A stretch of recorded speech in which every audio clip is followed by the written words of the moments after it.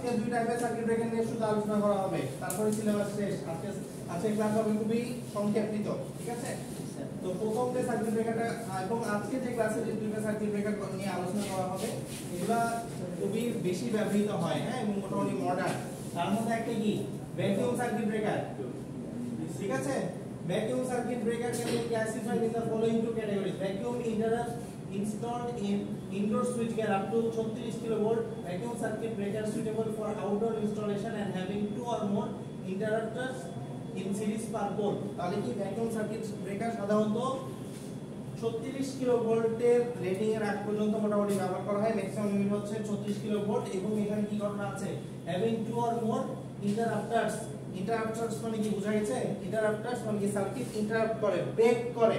Vacuum circuit ব্রেকারে দুই বা দুইয়ের বেশি ইন্টারাপ্টার ব্যবহার করা হয়, মানে সার্কিট ব্রেকিং এর যে মেকানিজম ওটা ব্যবহার করা হয়। এবং এটা সাধারণত কি বাইরে ইনস্টলেশন করা থাকে। এই যে দেখেন indoor type and outdoor type, দুটো আলাদা টাইপের সার্কিট ব্রেকার হচ্ছে এখানে ভ্যাকুয়াম সার্কিট ব্রেকার দেখানো আছে। আচ্ছা, এখানে ভ্যাকুয়াম সার্কিট ব্রেকারের কিছু কথাবার্তা বলা আছে। Vacuum is used as an arc quenching medium. আমরা আর্ক, আচ্ছা, সার্কিট ব্রেকার এবং আইসোলেটর, সার্কিট ব্রেকারও সুইচের সাথে আমরা কম্পেয়ার করতে পারি, আইসোলেটর আমরা সুইচের সাথে কম্পেয়ার করতে পারি। যে জিনিসটা এই দুটাকে খুবই বেশি আলাদা করে ফেলে সেটা হচ্ছে আর্ক কুইঞ্চিং মেকানিজম। আর্ক কি জিনিস জানি তো? যখন আমরা আমাদের ডিসকানেকশন করি হাই ভোল্টেজকে বা যখন কানেকশন করি হাই ভোল্টেজ, তখন আমাদের আর্ক বা হাই ভোল্টেজ স্পাইক জেনারেট হয়। ওই আর্ককে কুইঞ্চিং মানে মিনিমাম করা বা নাই করে দেওয়া, ধ্বংস করে দেওয়া, ওই মেকানিজম সার্কিট ব্রেকারের মধ্যে থাকে। তো ভ্যাকুয়াম সার্কিট ব্রেকার নাম শুনেই বুঝতে পারছেন যে এখানে কি ভ্যাকুয়াম অ্যাপ্লাই করা হয়, অর্থাৎ শূন্য অ্যাপ্লাই করা হয়। তো এখানে ভ্যাকুয়ামটা আমাদের আর্ক কুইঞ্চিং মিডিয়াম হিসেবে কাজ করে, ঠিক আছে? আচ্ছা, হ্যাভ গ্রেটেস্ট ইনসুলেশন স্ট্রেংথ, আচ্ছা, এবং 10 to the minus 7 to 10 to the minus 5 pressure is to be maintained। তো এখানে ভ্যাকুয়াম সার্কিট ব্রেকারে আমাদের যে ভ্যাকুয়াম সেটা আর্ক কুইঞ্চিং মেকানিজম হিসেবে ইউজ করা হয়। এবং এটার ইনসুলেটিং যে প্রপার্টি, আর্ক মানে কি এটা হাই কারেন্ট না, তাহলে আমাদের ইনসুলেটিং প্রপার্টি তো এখানে দেখতে হবে, নাহলে তো আমাদের চাষবাসে সরিয়ে যেতে পারে। এই প্রপার্টিটা তার ভালো। আচ্ছা, when the contacts of the breaker are open in vacuum and arc is produced within the contacts by ionizing the metal vapors of the contact। স্বাভাবিকভাবে যখন আমরা সার্কিট ব্রেক করব, অর্থাৎ ফিক্স পয়েন্ট থেকে মুভ পয়েন্টকে সরিয়ে দেব, তখন আর্ক জেনারেট হবে যেটা ভ্যাকুয়ামে স্প্রেড হয়। the arc is quickly extinguished because the metallic vapor, electrons and ions produced during the arc। তো কি বলছে, ভ্যাকুয়ামে যখন হচ্ছে আর্ক জেনারেট হয়, ভ্যাকুয়ামের ইনসুলেটিং প্রপার্টি এবং আর্ক কুইঞ্চিং মিডিয়ামের জন্য এই আর্কটা বেশি দ্রুত সরাতে পারে না, সেইখানে সেটা কুইঞ্চ হয়ে যায় বা এক্সটিংগুইশ হয়ে যায়, নাই হয়ে যায়। বুঝা যাচ্ছে? আচ্ছা, এটা হচ্ছে ভ্যাকুয়াম সার্কিট ব্রেকারের মেকানিজম। কনস্ট্রাকশনে যদি আসি, প্রথমত যে কোনো সার্কিট ব্রেকারের একটা কমন কনস্ট্রাকশন আছে, একটা হচ্ছে ফিক্সড পয়েন্ট, একটা মুভিং পয়েন্ট, ঠিক আছে? তাহলে এটাও যেহেতু সার্কিট ব্রেকার, তার এই কনস্ট্রাকশন তার থাকবেই। এটা ফিক্সড কন্টাক্ট, এটা হচ্ছে মুভিং কন্টাক্ট, এটা থাকাই লাগবে, ঠিক আছে? And arc shield mounted inside a vacuum chamber. Arc shield mounted মানে ভ্যাকুয়াম যে চেম্বারে এখানে আর্ক শিল্ড আছে যেন আর্কটা ছড়িয়ে পড়তে না পারে। The movable contact is connected to the control mechanism by stainless steel below। আচ্ছা, তাহলে স্টেইনলেস স্টিলে আমাদের কি করা হয়, আমাদের movable contact is connected to the control mechanism। Control মেকানিজমে এইটার মাধ্যমে কানেক্টেড থাকে। আমরা হচ্ছে কনস্ট্রাকশন নিয়ে আলোচনা করছি, এটা কিভাবে গঠিত, তো এই জিনিসগুলোতে কি কি আছে।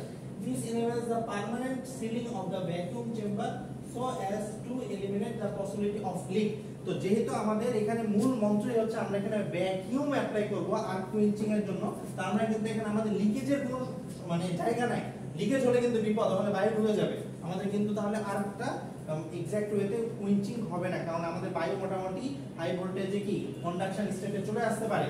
আচ্ছা, এই জন্য আমাদের এটা লক্ষ্য রাখতে হবে যেন আমাদের কোনোভাবে লিকেজ না হয়, ঠিক আছে? এটার জন্য আমাদের যেসব ম্যাটেরিয়াল ব্যবহার করা হয়, মোটামুটি স্টেইনলেস স্টিল বিলোজ ব্যবহার করা আছে, ঠিক আছে? A glass vessel or ceramic vessel is used as the outer insulating body। আচ্ছা, তো আমাদের এক্সট্রা প্রোটেকশনের জন্য বা আউটার ইনসুলেটিং এর জন্য আমরা যেটা ব্যবহার করি সেটা হচ্ছে গ্লাস ভেসেল, ঠিক আছে? যে মানে কনস্ট্রাকশনের জন্য বলছি। আচ্ছা, এখানে কিছু অ্যাডভান্টেজ ডিসঅ্যাডভান্টেজ আছে। প্রথমত যেহেতু এটা হচ্ছে আপনারা যদি ওয়াইল সার্কিট ব্রেকার এর সাথে তুলনা করতে চান, তাহলে এখানে কি এখানে কোনো ফায়ারের আমার কোনো বিষয় নাই, মানে ফায়ার রিস্কটা কম। বা হচ্ছে আপনারা আরেকভাবে বলতে পারেন অয়েল সার্কিট ব্রেকার আমাদের কি হতো, বারবার করে অয়েল চেঞ্জ করতে হতো, তাহলে ওটা হচ্ছে একটা হাই মেইনটেনেন্স, ওই জিনিসটা এখানে আপনাদের আছে, এখানে একটু অ্যাডভান্টেজ আছে, ঠিক আছে। আচ্ছা, তারপরে দেখেন আর কি হতে পারে আমাদের আরেকটা যেটা ছিল, আর কি ছিল, এয়ার ব্লাস্ট যেটা ছিল, এয়ার ব্লাস্টে কি নয়েজ একটা ব্যাপার ছিল না, এখানে আমাদের নয়েজের প্রবলেমটা নাই। এগুলো হচ্ছে আমাদের অ্যাডভান্টেজ, ঠিক আছে। আর ডিসঅ্যাডভান্টেজের মধ্যে প্রথম ডিসঅ্যাডভান্টেজ হচ্ছে কি, এটা হচ্ছে আনইকোনমিক্যাল এবং 36 কিলোভোল্ট, 36 কিলোভোল্টের উপরে যদি আমরা প্রোটেকশন দিতে চাই, এটা আনইকোনমিক্যাল, মানে অনেক বেশি কস্ট হয়, অন্যান্য সার্কিট ব্রেকার ব্যবহারের জন্য অনেক বেশি কস্ট হয়, এটা একটা আনইকোনমিক্যাল বিষয়। আর কি ডিসঅ্যাডভান্টেজ হতে পারে, প্রথম কথা হচ্ছে ভ্যাকুয়াম কোনোভাবে লিক হওয়া যাবে না, ভ্যাকুয়াম লিক হলে তো ওটা কাজই করবে না, কারণ এটা মেইন মেকানিজম হচ্ছে ভ্যাকুয়াম। তার মানে এই জিনিসটা হচ্ছে অ্যাডভান্স টেকনোলজি ব্যবহার করতে হবে কি ভ্যাকুয়াম মেইনটেনেন্সের জন্য। বোঝা গেল বিষয়টা? এভাবে কিছু হচ্ছে আপনার আছে, কি বলে, অ্যাডভান্টেজ আছে, ডিসঅ্যাডভান্টেজ আছে, এটা একটু দেখে নেবেন, ঠিক আছে। তার মধ্যে অ্যাডভান্টেজ ডিসঅ্যাডভান্টেজ কিছু কিছু জিনিস আপনারা নিজেরাই বলতে পারবেন, তার মধ্যে যদি পড়ে নিতে পারেন একবার জিনিসটা ভালো, ঠিক আছে না। অন্যান্য সার্কিট ব্রেকারের সাথে তুলনা করেন, এয়ার ব্লাস্টের সাথে তুলনা করেন, তাহলে কি নয়েজ পলিউশন এখানে নাই।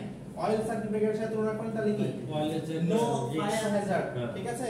এই টাইপের যে বিষয়গুলো আপনারা নিজেরাই পারবেন, তাই একটু দেখে নেবেন, ঠিক আছে। এবং লাস্ট যেটা হচ্ছে সার্কিট ব্রেকার নিয়ে আমরা আলোচনা করব, সেটা হচ্ছে sulphur hexafluoride circuit breaker. Sulphur hexafluoride নাম শুনে বুঝতে পারছেন যে এখানে এই সার্কিট ব্রেকারে যে সার্কিট যখন আমরা ব্রেক করব তখন যে আর্কটা জেনারেট হবে, তার কুইঞ্চিং মিডিয়াম হিসাবে আমরা যেটা ব্যবহার করি সেটার নাম কি সালফার হেক্সাফ্লোরাইড, ঠিক আছে। এখন আমরা সালফার কি কিছু বললেন, কারণ আমরা সালফার হেক্সাফ্লোরাইড কেন ব্যবহার করছি, sulphur hexafluoride is a great way to quench arc, ঠিক আছে। আচ্ছা, it contains an arc interruption chamber containing sulfur hexafluoride gas। তো সালফার হেক্সাফ্লোরাইড সার্কিট যে ব্রেকার, ওখানে একটা চেম্বার, তো নাম শুনেই বোঝা যাচ্ছে একটা সালফার হেক্সাফ্লোরাইডের চেম্বার থাকবে নাকি, এবং সেখানে সালফার হেক্সাফ্লোরাইড গ্যাসে পরিপূর্ণ থাকবে। In close position the contacts remain surrounded by sulfur hexafluoride at pressure of 2.8 kg per centimeter square. During opening, high pressure sulfur hexafluoride gas at 14 kg per centimeter square from its reservoir flows towards the chamber by valve mechanism। তাহলে কি আমাদের যে moving contact, আমাদের যে fixed contact এবং moving contact, এটা sulphur hexafluoride দ্বারা surrounded থাকবে। কত প্রেসারে? এ প্রেসারে। তো যখন আমরা মুভ করব বা কানেক্ট করব তখন কি আর্ক জেনারেট হবে, তখন আমাদের হাই প্রেসারে সালফার হেক্সাফ্লোরাইড আমাদের কি নিঃসরণ করতে হবে। কত হাই প্রেসারে? সেটা 14 কেজি পার সেন্টিমিটার স্কয়ার। আর আমরা এখানে সালফার হেক্সাফ্লোরাইড কেন ব্যবহার করি? rapidly absorbs the free sulfur hexafluoride rapidly absorbs the free electrons in the arc path to form immobile negative ions to build up the high dielectric strength। তো কি হচ্ছে, sulphur hexafluoride যেটা করে free ইলেকট্রনকে absorb করে ফেলে এবং dielectric strength বাড়িয়ে দেয়, অর্থাৎ ইনসুলেটিং প্রপার্টি বাড়িয়ে দেয়। তাহলে আমাদের আর্ক যেটা জেনারেট হয় সেটা কি কমবে না বাড়বে? অবশ্যই কমে যাবে, বা কুইঞ্চ হয়ে যাবে, বা এক্সটিংগুইশ হয়ে যাবে, ঠিক আছে। এইজন্য আমরা সালফার হেক্সাফ্লোরাইড ব্যবহার করি। It also cools the arc and extinguish it. আচ্ছা, আর আমাদের আরেকটা জিনিস কি, যে আমাদের হাই কারেন্ট যখন জেনারেট হয় তখন কি হিট জেনারেট হয় কিনা, সালফার হেক্সাফ্লোরাইড যেটা কি করে, সেটা কুল করে দেয়, আলটিমেটলি যেটা করে যে আর্ককে আমাদের এক্সটিংগুইশ করে ফেলে। আচ্ছা,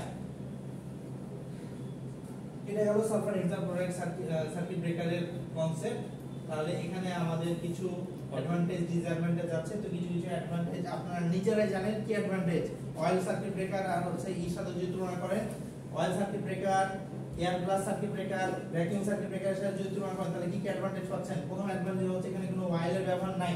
অয়েলের ব্যবহার নাই মানে কি, ওইখানে আপনার বারবার অয়েলকে চেঞ্জ করতে হচ্ছে না, তাই না? মেইনটেনেন্স কস্ট কম। হ্যাঁ, না মেইনটেনেন্স কস্ট এখানে কম, ডাইরেক্ট বলা যাবে, কারণ এখানে সালফার হেক্সাফ্লোরাইড আপনার মেইনটেইন করতে হচ্ছে, রিকোয়ারমেন্ট ইজ ভেরি কম। তাহলে এখানে আপনার কি হচ্ছে, এয়ার ব্লাস্টের অয়েল নাই, তাই না? তার মানে হচ্ছে আপনার অয়েল লিকেজ হয়ে জায়গাটা অয়েলি হওয়ার সম্ভাবনা কম। বা অয়েল যখন আপনাকে আবার আনা লাগে, বারবার ব্যবহারের ফলে যখন বাইরে থেকে আনা লাগে, চারিদিকে একটা অয়েলি ব্যাপার হয়ে যাবে। অয়েল কিন্তু আপনি ট্রান্সফার যদি করেন, চারিদিকে একটা অয়েলি ব্যাপার আসে, তো ওই জিনিসটা আমাদের একটা অ্যাডভান্টেজ। এয়ার ব্লাস্ট সার্কিট ব্রেকারের সাথে যদি তুলনা করেন, এয়ার ব্লাস্ট সার্কিট ব্রেকারে হাই নয়েজ হয়, এখানে সে হাই নয়েজের বিষয়টা নাই। ভ্যাকুয়াম সার্কিট ব্রেকারের সাথে যদি তুলনা করেন, ওখানে কি ছিল, ম্যাক্সিমাম লিমিট কত ছিল, 33 কিলোভোল্ট পর্যন্ত। তো এখানে ওই ব্যাপারটা নাই, এটা মোটামুটি হাই ভোল্টেজ রেটিং পর্যন্ত। কত ভোল্টেজ রেটিং আমরা একটু দেখে নিই। ক্যাপাসিটি বেশি,